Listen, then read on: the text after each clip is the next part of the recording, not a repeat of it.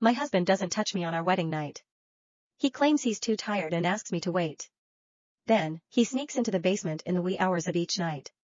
Whenever he returns, he needs to shower to wash away an indescribable smell. I ask him what he does down there, and he tells me he works out. Why would anyone work out in the middle of the night? I can't take it anymore. One night, I decide to sneak into the basement to see what's going on down there. He chases after me and grabs my pajamas, roaring, "Come back up here. I'll divorce you if you step foot down there." Clutching the railing, I began to tremble with anger.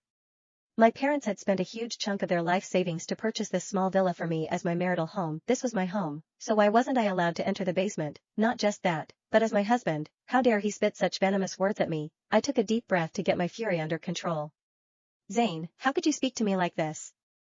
Zane Kors kept a death grip on my pajamas. "Honey, let's go upstairs first. I'll explain everything once we get back to the bedroom." "Can't you explain things now?" I pointed toward the pitch-black basement. "Why can't I go down there? Do I not have the right to do so? I'm working out these days, and I keep my prized equipment downstairs. However, you can't see them yet." Zane walked to the bottom of the stairs, standing in my way. "Why not?" "Because it's not the right time yet. When the time is right, I'll definitely show you." My stomach sank. I took another deep breath, trying to calm my emotions. "If that was the case, why did you have to say those harsh things when you came running after me just now?" I just got a little worked up. Besides, you know what kind of person I am. I have a sharp tongue, but I'm a softie inside." Chuckling coldly, I turned to walk upstairs. As if a man was capable of having a sharp tongue and a soft heart, fine. I'd wait until he went to work tomorrow to go downstairs and find out what was going on. After returning to bed, I tossed and turned, unable to fall asleep.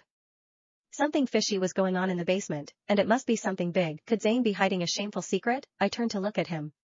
It seemed like he wasn't able to fall asleep either. He stared at the ceiling with his eyes wide open, looking like there was something on his mind. The moonlight illuminated his defined side profile, making him look incredibly handsome. His muscular body made him look even more alluring. Thinking back to the time when he pursued me, he had been so excited and could hardly believe it. He was so handsome, while I was just a plain Jane. Just what did he like about me? He'd told me that he liked my gentleness and quietness, as well as my unique presence. I believed him. However, if that was true, then why did he never touch me at night? After all, I was his young, sweet wife. We hadn't even made it past our honeymoon yet. Was this normal? At last, I couldn't hold back anymore. I reached out to caress his face. "What are you doing?" As if he'd been shocked, he rapidly shrunk back to his side, glaring at me with disgust. He was looking at me the same way people regarded beggars or dirty stray dogs. Having come to a realization, I flipped over angrily. However, I couldn't swallow my rage. If he didn't have feelings for me, why did he pursue me? Why did he get into a relationship with me? With these thoughts in my head, I suddenly turned around again. Glowering at him, I said, "You said that we can't do it for now because of your health reasons, which I can understand. But all I did was touch you with my hands. Why did you react so drastically? I've told you countless times that I have a psychological disorder. I'm looking for a psychologist now, so you have to be patient and wait for me." Zane picked up his phone and gently patted my shoulder with it. "Honey, please wait for half a year longer. After 6 months, I promise I will love you properly." He couldn't even use his hands to touch me and had to do it with his phone. Was I that dirty? How could I believe his words? However, I didn't have any other choice but to wait for now. Sighing quietly, I flipped over. Come to think of it, I had given my husband everything. Since we started dating, I had fulfilled all of his wishes. He'd said he liked watches, so I'd bought him a luxury watch that cost 6 figures. He'd said he liked to travel, so I'd gone around the globe with him. He'd said he wanted to make money through investments, so I'd lent him money to learn how to invest. In other words, so long as he wanted something that I could provide, I never held back. However, after we became newlyweds, this was what I got in return. This was all because of that basement. I hated the basement. Even if I had to turn it upside down, I was going to find out the truth. The sun was up. As usual, I made Zane's favorite breakfast.